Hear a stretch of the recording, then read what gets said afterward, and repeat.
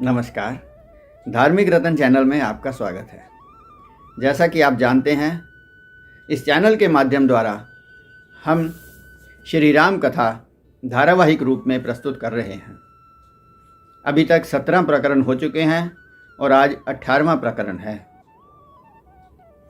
पिछले प्रकरण में आपने जाना था कि कोई भी राजा शंकर जी के महाधनुष को उठा पाने में समर्थ नहीं हुआ और राजा जनक बहुत चिंतित हो गए। तब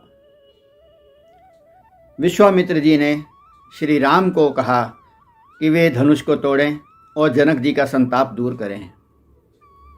भगवान श्री राम उठ करके खड़े हो गए हैं और वह धनुष के पास अपनी सहज चाल से चल करके आ रहे हैं। राम जी सहज स्वभाव से धनुष की ओर चले जा रहे हैं तो कई लोगों के मन में बहुत सी कल्पनाएं उठ रही हैं, जैसे कि लोग सोच रहे हैं कि अब क्या होगा, राम जी धनुष तोड़ पाएंगे या नहीं। इसी प्रकार जनक जी के सगे संबंधी भी यही सोच रहे हैं और उन सब की धड़कनें रुकी हुई हैं। इधर सीता जी की माता सखियों के साथ उत्सुकता से भरी हुई हैं और भगवान से प्रार्थना कर रही हैं। इसके अलावा स्वयं सीता जी भी गौरी और गणेश से प्रार्थना कर रही हैं कि हे धनुष, तू राम जी को देखकर स्वयं ही हल्का हो जा ताकि राम जी इस धनुष को तोड़ सकें। तुलसीदास जी ने लिखा है कि सीता जी ने धनुष से भी प्रार्थना की है और देवी से भी प्रार्थना की है, गणेश जी से भी प्रार्थना की है कि उन्होंने जो पार्वती माता की पूजा की है उसके बदले में वो आज भगवान राम को इस धनुष तोड़ने में सहायता करें। रामचंद्र जी ने सीता जी की ओर देखा और फिर धनुष की ओर इस प्रकार देखा जैसे कि गरुड़ जी किसी छोटे से सर्प को देख रहे हों। सियहि बिलो की तकेओ धनु कैसे, चितव गरुड़ लघु ब्यालहि जैसे। अब लक्ष्मण जी ने देखा कि राम जी ने धनुष की ओर दृष्टि डाल दी है तो उन्होंने सभी दिशाओं के स्वामी यानी कि दिक्पालों को बोला कि वे धरती को अच्छी तरह से थाम लें, क्योंकि राम जी अब धनुष तोड़ना चाहते हैं, अतः ये पृथ्वी हिल ना जाए। लक्ष्मण जी शेषनाग का अवतार हैं और हमारे सनातन धर्म के अनुसार यह पृथ्वी शेषनाग के मस्तक के ऊपर टिकी हुई है, अतः वे स्वयं भी पृथ्वी को दबाकर चौकन्ने होकर धरती पर बैठ गए हैं।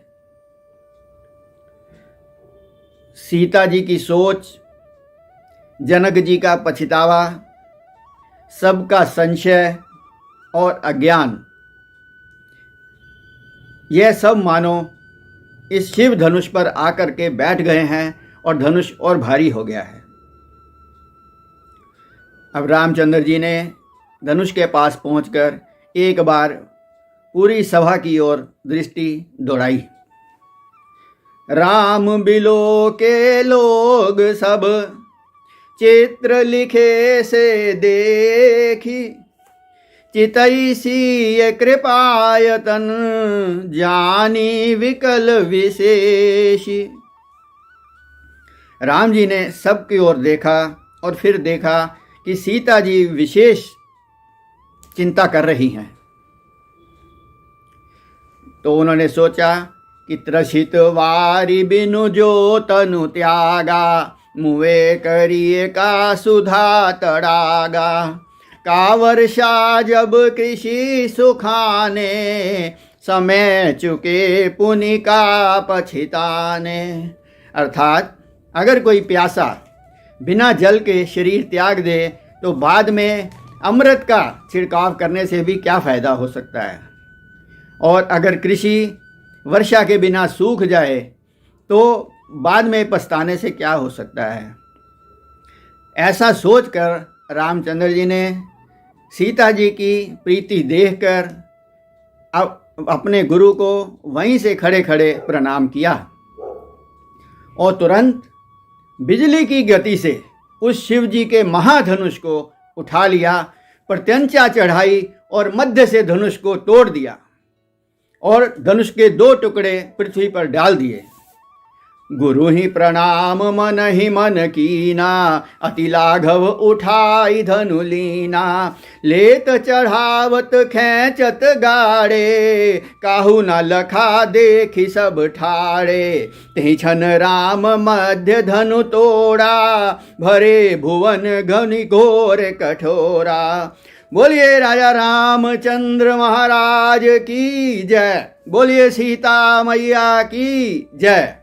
जैसे ही धनुष टूटा, इतनी घोर ध्वनि हुई कि 14 भुवनों में उसका शोर गूंज गया। ब्रह्मा जी, शिव जी और सभी देवता आकाश में आकर के भगवान राम पर फूलों की वर्षा करने लगे। मंचों पर बैठे हुए सभी राजाओं को तो कुछ समझ ही नहीं आया कि ये सब क्या हो गया। वो एकदम भौचक्के से रह गए। जनक और सुनैना जी ने सुख की सांस ली। सीता जी तो इस तरह प्रसन्न हुई जैसे चातक को स्वाति की बूंद मिल जाती है। सभी नगरवासियों ने आनंद मनाया और आपस में कहने लगे, अरे भैया, श्री राम जी ने धनुष तोड़ दिया। कुछ लोग कहने लगे कि श्री राम जी ने कितनी आसानी से शंकर जी के महाधनुष को तोड़ दिया। धनुष के टूटते ही वह सब चिंताएं, कल्पनाएं, पछतावा और संशय जो धनुष के ऊपर चढ़ गए थे, वह सब एकदम समाप्त हो गए। और जनक जी के बंदीगण विरदावली गाने लगे। पुष्पों की वर्षा होने लगी। सारा वातावरण खुशी से झूम उठा। इसके पश्चात शतानंद जी, जो कि जनक जी के कुल गुरु हैं, उन्होंने सीता जी को कहा कि वे श्री राम के गले में जयमाला डालें। सीता जी अपनी सखियों के साथ अपने कर कमलों में जयमाला उठा करके श्री राम जी की ओर आ रही हैं। जैसे ही वह श्री राम जी के पास पहुंची और उनको जयमाला पहनाने लगी तो श्री राम जी अकड़कर सीधे से खड़े हो गए। सीता जी कद में उनसे छोटी थी, इसलिए उनका हाथ राम जी के सिर तक जयमाला लेकर नहीं पहुंच रहा था। जैसा कि हम आजकल भी देखते हैं, विवाह में दूल्हा अपनी गर्दन टेढ़ी करके खड़ा हो जाता है, जिससे कि दुल्हन को जयमाला पहनाने में परेशानी होती है। यह एक हंसी खुशी का माहौल बनाने के लिए रिवाज बनाया गया है। जब सीता जी ने देखा कि राम जी तो सीधे खड़े हो गए हैं और जयमाला मैं कैसे पहनाऊं, तो उन्होंने सोचा कि इसमें मुझे लक्ष्मण जी की सहायता लेनी पड़ेगी। सीता जी ने लक्ष्मण जी की ओर देखा और इशारे इशारे में उन्होंने कहा कि हे भैया, आप मेरी सहायता करो। तब लक्ष्मण जी ने, कहते हैं, ऐसा कुछ पुस्तकों में लिखा है कि लक्ष्मण जी उसी समय जाके उन्होंने राम जी की चरण वंदना कर दी। राम जी ने लक्ष्मण जी को ज्यों ही चरण वंदना करते हुए देखा तो वह झुके और उन्होंने लक्ष्मण जी को उठाया। जैसे ही राम जी झुके, सीता जी ने जयमाला राम जी के गले में डाल दी।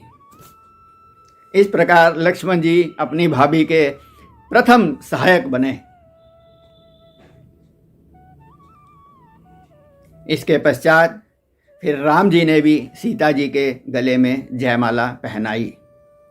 इस प्रकार आपने देखा कि भगवान राम ने किस तरह से शंकर जी के उस महाधनुष को, जिसे कोई तोड़ना तो दूर की बात है, छू भी नहीं पाया था, उसे कितनी आसानी से तोड़ दिया और सारा वातावरण खुशी में हो गया। अब इसके आगे की कथा हम आपको अगले प्रकरण में सुनाएंगे। आइए अब 2 मिनट के लिए भगवत भजन कर लेते हैं। मानो सीता जी ही कह रही हैं, पायो जी मैंने राम रतन धन पायो, पायो जी मैंने राम रतन धन पायो, पायो जी मैंने राम रतन धन पायो।